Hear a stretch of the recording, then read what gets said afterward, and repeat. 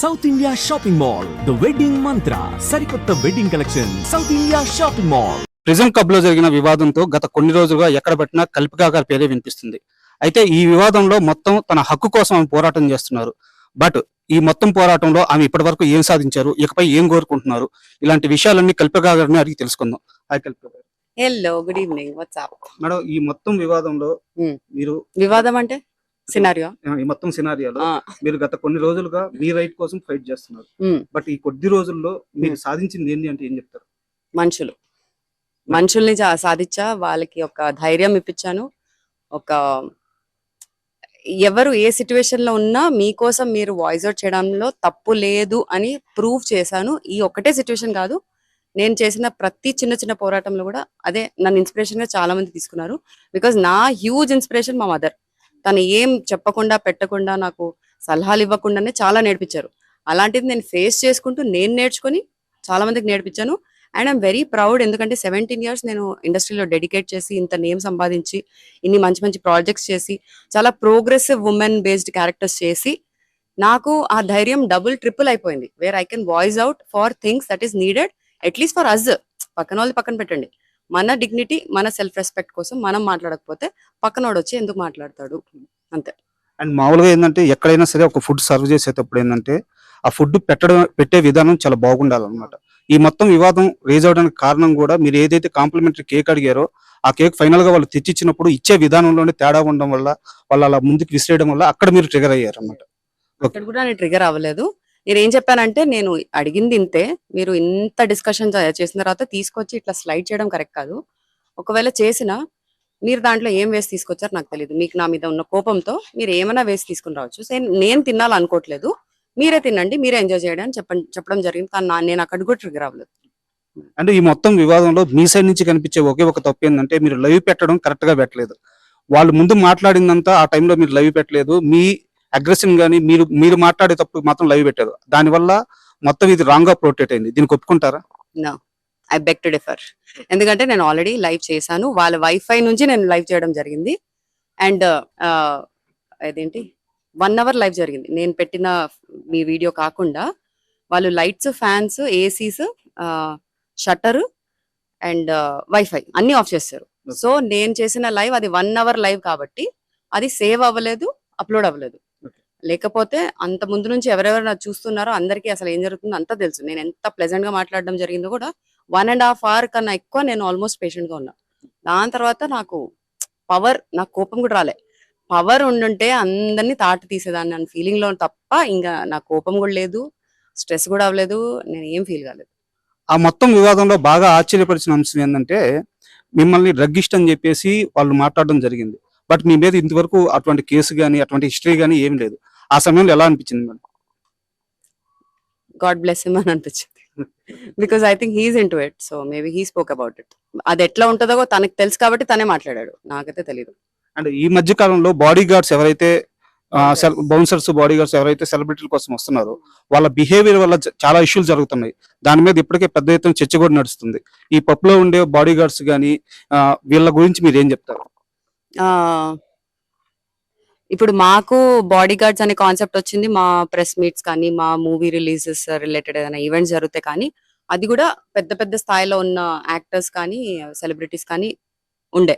నాకైతే ఎప్పటి వరకు బాడీ గార్డ్ లా ఎవరు రాలేదు. కాబట్టి నేను ఫస్ట్ ఆఫ్ ఆల్ ఎక్కువ చెప్పాలనుకోవట్లేదు. సెకండ్, వాళ్ళ పని ఏంటి? జస్ట్ వీళ్ళని గార్డ్ చేయడం. ఆ బాడీని పెంచుకుంది ఎందుకు? వేరే వాళ్ళు భయపడాలని. సో అంతవరకు మీరు మీ డ్యూటీ చేస్తే చాలు. సెకండ్, ఇప్పుడు నా సిచ్యువేషన్ తీసుకుంటే నా ప్లేస్లో ఒక నాని కానివ్వచ్చు, లేకపోతే ఒక వెంకటేష్ గారు కానివ్వచ్చు, లేకపోతే ఒక చిరంజీవి గారి కానివ్వచ్చు, లేకపోతే ఒక మోడీ గారు, వీళ్ళలో ఎవరన్నా వచ్చినా, because is a more popular and known face కాబట్టి ఎవరు వచ్చినా తన పబ్కి ట్రీట్మెంట్ ఎలా ఉంటుంది? పక్కన తీసుకెళ్తారు, అందరిని హడావిడి చేసి పక్కన పడేస్తారు, బాడీ గార్డ్స్ అందరు అక్కడే ఉంచుతారు.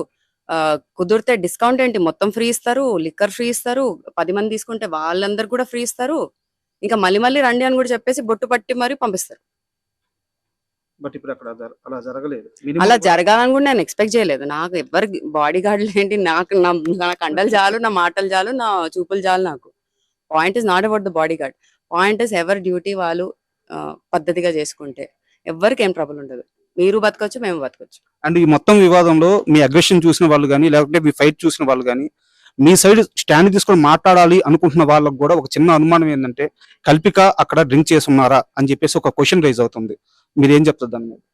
నెక్స్ట్ టైం మీతో ఇంటర్వ్యూ నేను ఒక చియర్స్ కొట్టి స్టార్ట్ చేస్తాను అనుకుంటున్నాను. నేను తాగేసి ఒక 3 years అవుతుందండి. దానికి ముందు తాగేదాన్ని, వెరీ రేర్ గా తాగేదాన్ని. నా ఓన్ సెటప్ లో, మా ఫ్రెండ్స్ ఇంట్లలో లేకపోతే నా ఇంట్లో, మా పేరెంట్స్ చుట్టుపక్కల ఉన్నప్పుడే తాగేదాన్ని. సో దాంట్లో there is nothing to even regret about it. It is a good thing. డాక్టర్సే చాలా మంది చెప్తారు యూ హ్యావ్ టు డ్రింక్ అప్పుడప్పుడు, ఇట్ ఇస్ గుడ్ అని. అది పక్కన పెడితే నా ఎనర్జీ లెవెల్స్ నాకు నేనే తట్టుకోలేకపోతా. ఏంటి, నేను మార్నింగ్ 4కి లేస్తా, రాత్రి 12కి పడుకుంటా అండి. ఆ ఉన్న 4 hours ఒక డీప్ స్లీప్ లో వెళ్ళిపోయి అవతార్ కన్నా మించి సినిమాస్ చూస్తాను నేను నా డ్రీమ్స్ లో. అలాంటిది నేను రియాలిటీకి వచ్చేసరికి నేను ఏమేం చేస్తాను ప్రతి సెకండ్ నాకు తెలుసు. ఒక చేత్తో ఒకటి చేస్తా, ఒక కాల్తో ఇంకోటి చేస్తా, ఒక బ్రెయిన్ తో ఇంకోటి నడుస్తుంది, కళ్ళతో ఇంకేదో చూస్తా, ఇంకెవరికో ఏదో కాల్ లో మాట్లాడతా. ఇప్పుడు నా రైట్ లెగ్ కూడా సరిగ్గా పనిచేయట్లేదు. నేను డ్రైవ్ చేయడానికి కూడా చాలా ఇబ్బంది. 10 minutes కూడా డ్రైవ్ చేస్తే పట్టేసుకుంటుంది, నా కాఫ్స్ అంతా పట్టేసుకొని. It's risk on road. 5 minutes లో లెఫ్ట్ లెగ్ తో నేను డ్రైవింగ్ నేర్చుకున్నానండి. నెక్స్ట్ నేను హ్యాండ్ తో డ్రైవింగ్ నేర్చుకుందాం అనుకుంటున్నాను. రైట్ హ్యాండ్ అయ్యాక లెఫ్ట్ హ్యాండ్. సో ఇంత క్రియేటివిటీ నాలో ఉన్నప్పుడు నేను ఈ బయట ప్రాపర్టీస్ కానీ, ఆల్కహాల్ కానీ, డ్రగ్ కానీ తీసుకోవాల్సిన అవసరం కూడా నాకు లేదు. ట్రై చేయాలంటే ట్రై చేస్తా. నేను అన్ని చేయడానికి నేను రెడీ. ఎందుకంటే ఇప్పుడు అన్ని ట్రై చేస్తా. ఒక డాన్స్ నుంచి, ఒక స్పోర్ట్స్ నుంచి, ఒక స్విమ్మింగ్ నుంచి, ఏం ఆడితే అది అన్ని నేను ట్రై చేశాను. కాబట్టి ఇది ట్రై చేయడంలో నాకేం తప్పు అనిపించట్లేదు. ఒకప్పుడు నాకు ఒక ఫిల్మ్ ఆఫర్ వచ్చింది, సీతా ఆన్ ద రోడ్ అని. దాంట్లో స్మోకింగ్ హ్యాబిట్ ఉందని చెప్పి నేను మూవీ నో అని చెప్పడం కూడా జరిగింది. ఎందుకంటే నాకు మా డాడీకి చిన్నప్పటి నుంచి స్మోకింగ్ మీద పెద్ద గొడవ ఇది. మా డాడీ ఒక చైన్ స్మోకర్ ఉండే. సో మీరు చేయండి కానీ ఇంటి నుంచి బయటికి వెళ్ళి చేయండి అని నా ఇది. నేనేమో ఆయన ఇంట్లోనే చేస్తా అన్నారు. సో ఇప్పుడు ఆటోమేటిక్లీ హీ స్టాప్ స్మోకింగ్. అది వేరే విషయం. నేనేమంటున్నానంటే నేను నిజంగా ఇన్ఫ్లుయెన్స్ అవ్వాలంటే నేను ఇంట్లోంచే ఇన్ఫ్లుయెన్స్ అవ్వచ్చు. నేను అక్కడ కూడా ఇన్ఫ్లుయెన్స్ అవ్వాలి. మూవీ కూడా నేను నో చెప్పడం జరిగింది. కానీ ఆ క్యారెక్టర్ నాకు చాలా రెజొనేట్ అయ్యి నేను నాలాగా నేను బిహేవ్ చేయగలుగుతున్నాను కదా త్రూ సినిమా, త్రూ ఆర్ట్. అలాంటప్పుడు ఎందుకు చేయొద్దు అని 2 days తర్వాత మళ్ళీ నేను కాల్ బ్యాక్ చేసి ఐ విల్ ఫేక్ సిగరెట్, నేను ఫేక్ గా నేను తాగుతా, నేను ఖచ్చితంగా చేస్తా, నేను రాయల్ ఎన్ఫీల్డ్ నేర్చుకుంటాను. 20 minutes రాయల్ ఎన్ఫీల్డ్ నేర్చుకోవడం జరిగింది. So I'm up for challenges and experiment. మీరు ఒక గుండు తీసి మీరు ఒక క్యారెక్టర్ చేయవండి, టక్కని చేసేస్తాను, నాకు ఏం ప్రాబ్లం లేదు. అండ్ మీరు మూవీస్ గురించి చెప్పారు. గత 15 ఏళ్ళుగా 17 ఏళ్ళుగా మిమ్మల్ని చూస్తూనే ఉన్నాము. మీరు చేసే మూవీస్ కానీ అండ్ బయట సొసైటీ పరంగా మీరు చేసే సేవా కార్యక్రమాలు కానీ చాలా బాగుంటాయి. అండ్ ఈ మధ్య కాలంలో ఇంత బెట్టింగ్ యాప్స్ గురించి సోషల్ మీడియా ప్రమోటర్స్ చాలా మంది బెట్టింగ్ యాప్స్ ప్రమోట్ చేసి కూడా డబ్బులు సంపాదించారు. ఇలాంటి ఏ వివాదంలో కూడా కల్పిక గారు ఉండరు. కల్పిక గారు ఏంటంటే బయట సమాజంలో కొన్ని బాధ్యతలు నిర్వర్తిస్తారు, తనకు నచ్చిన సినిమాలు తీసుకుంటారు. బట్ బయటికి వెళ్ళలేక కొంతమంది మనుషులతో మాత్రమే ఆమెకు వివాదాలు వస్తున్నాయి. ప్రతిసారి ఇలాంటి వివాదం వస్తున్నప్పుడు ఇండస్ట్రీ తరపున పెద్దలు మీ సైడ్ ఎందుకు స్టాండ్ తీసుకోవట్లేదు? ఎందుకు స్టాండ్ తీసుకోవాలి? ఎందుకు స్టాండ్ తీసుకోవాలి? నేనేమైనా వెళ్ళి వాళ్ళని హెల్ప్ అడిగానా? వాళ్ళ వర్క్ వాళ్ళు చేసుకుంటున్నారు. నాకు నిజంగా వాళ్ళ సపోర్ట్ కావాలంటే నేను రేపు ఒక ఫిల్మ్ డైరెక్ట్ చేశాక, సార్ మీరు వచ్చి జస్ట్ ట్రైలర్ చూడండి సార్, లేకపోతే లాంచ్ కి రండి సార్, మీ 2 minutes టైం ఇవ్వండి సార్, అక్కడ సపోర్ట్ చేయండి అని అడుగుతా. That is a progressive way of asking support. నేను వాళ్ళేదో మిస్అండర్స్టాండ్ అయ్యి నా మీద వాళ్ళు ఏదో పగ పెట్టుకొని నాతో సీన్ క్రియేట్ చేసిన తర్వాత వాళ్ళ సపోర్ట్ నేను ఎందుకు అడగాలంటాను. నేను వాళ్ళ పనిలో వాళ్ళు ఉన్నారు. నాకు సపోర్ట్ కావాల్సిన టైంలో ఒక్కరు కాదు 100 మంది వస్తారు షేర్ ఖాన్ లో. సో అండ్ ఈ మొత్తం సినారియోలో మీరు ఫైట్ చేసింది ఏంటంటే మీ హక్కు కోసం ఫైట్ చేస్తే, ఇక్కడ ఒక లేడీ డ్రెస్సింగ్ గురించి కానీ, ఒక లేడీ ఏ టైంకి బయటికి వెళ్ళాలి, ఏ టైంకి వెళ్ళకూడదు, ఇలాంటి కామెంట్స్ అన్ని వినిపిస్తున్నాయి. ఈ కామెంట్స్ విన్నప్పుడు మీకు ఎలా అనిపిస్తుంది? ఫస్ట్ ఆఫ్ ఆల్ మనకి సాఫ్ట్వేర్ కల్చర్ స్టార్ట్ అయినప్పటి నుంచి మనకి నైట్ షిఫ్ట్ అనేది అందరికీ తెలిసిందే, తెలియంది ఏం లేదు. దాంతో పాటు చాలా మందికి జాబ్ ఆపర్చునిటీస్ పెరగడం జరిగింది. ఎస్పెషలీ ఉమెన్ బయటికి వచ్చి జాబ్స్ తీసుకోవడము, ఇంట్లో పోరాడైనా తీసుకోవడం జరుగుతుంది. అండ్ నిజంగా ఏమైనా జరగాలంటే దానికి ఒక నైట్ టైం అవసరం లేదు, ఒక డే టైం అవసరం లేదు, ఒక ఇల్లు అవసరం లేదు, ఒక ఆఫీస్ స్పేస్ అవసరం లేదు, ఒక బాత్రూమ్ అవసరం లేదు, ఒక షాపింగ్ మాల్ అవసరం లేదు. మీరు ఎక్కడన్నా ఏమన్నా చేయొచ్చు. ఎవరికన్నా ఇంటెన్షన్ బ్యాడ్ ఉంటే ఎక్కడన్నా ద్రోహం అవ్వచ్చు. సో మన బట్టలు బట్టి మీరు జడ్జ్ చేయాలనుకుంటే, నేను రేపు బుర్కాలో తిరిగినా, లేకపోతే బికినీలో తిరిగినా, లేకపోతే బట్టలు ఇప్పి తిరిగినా జనాలు ఊహించేది ఊహిస్తారు. మనం దాన్ని ఆపలేము. వాళ్ళు ఏమన్నా డిఫరెంట్ గా ఆలోచించాలంటే వాళ్ళంతరుగా వాళ్ళకి ఓన్ గా రావాలి తప్ప మనం ఎంత స్పూన్ ఫిట్ చేసినా. ఇప్పుడు పేరెంట్స్ మనం పెంచేటప్పుడు ఇది అది అని చెప్పినా 10 చెప్పినా మనం ఒక్కటి తీసుకుంటామేమో, మిగతా అన్ని లైట్ తీసుకుంటాం. ఇది కూడా అంతే. వీళ్ళంతా ఇంకా grown up students, real life లో బతుకుతున్నారు, రియల్ సిచ్యువేషన్స్ ఫేస్ చేస్తున్నారు. సిచ్యువేషన్స్ నేర్పించేస్తాయి లైఫ్ ని వాళ్ళకి. మనం ఎవ్వరు ఏం నేర్పించక్కర్లేదు. మీరు ఇదివరకే చెప్పారు, కాకపోతే మా ప్రేక్షకులకు కూడా తెలియాలని అడుగుతున్నాను. ఈ మొత్తం సినారియోలో పోలీసుల వైఫల్యం అంటే ఎలా వైఫల్యం చెందారు కాస్త క్లియర్ గా చెప్తారు. ఐ మీన్ వాళ్ళ డ్యూటీ సరిగ్గా నిర్వర్తించకపోవడం ఫెయిల్. ఫెయిల్యూర్ నేను హోల్ సిస్టమ్ ఫెయిల్యూర్ అని చెప్పను డెఫినెట్లీ, బికాస్ చాలా మందికి చాలా సపోర్ట్ కూడా చేయడం జరిగింది. నేను ఎక్కువ ఫాలో అవ్వట్లేదేమో, but I know they are here to protect us, to help us, to support us in lot of ways. So అది కంటిన్యూ చేస్తారని కోరుకుంటూ, మిగతా వాళ్ళు who are not doing their duty right, వాళ్ళు కొంచెం దారి నుంచి తప్పారు కాబట్టి కొంచెం మళ్ళీ తిరిగి దారిలో వచ్చేస్తే అందరికీ హ్యాపీ. అండ్ ఫైనల్ గా ఈ మొత్తం సినారియోలో మీ ఫైట్ చేస్తున్న విధానం మొత్తం మీరు ఫైనల్ గా ఏం కోరుకుంటున్నారు? ఎలాంటి న్యాయం కోరుకుంటున్నారు? న్యాయం కాదు ఈ రెవల్యూషన్ ఇలాగే కంటిన్యూ అవుద్దంటారా? సో కల్పికా గారికి ఫైనల్ గా ఏం కావాలంటే ఏం చెప్తారు? నాకు జనాలు కావాలండి. I'm for the people, by the people, of the people, literally. నాకు జనాలు చుట్టుపక్కల ఉన్నా ఉండకపోయినా నేను జనాల కోసం ఎగ్గబడతాను. నేను చిన్నపిల్లలతో చాలా టైం స్పెండ్ చేస్తుంటాను, పెద్దవాళ్ళతో టైం స్పెండ్ చేస్తుంటాను. మా ఫ్యాన్స్ అంటారా, ఫాలోవర్స్ అంటారా, they are like my love, మన ఫ్యామిలీ.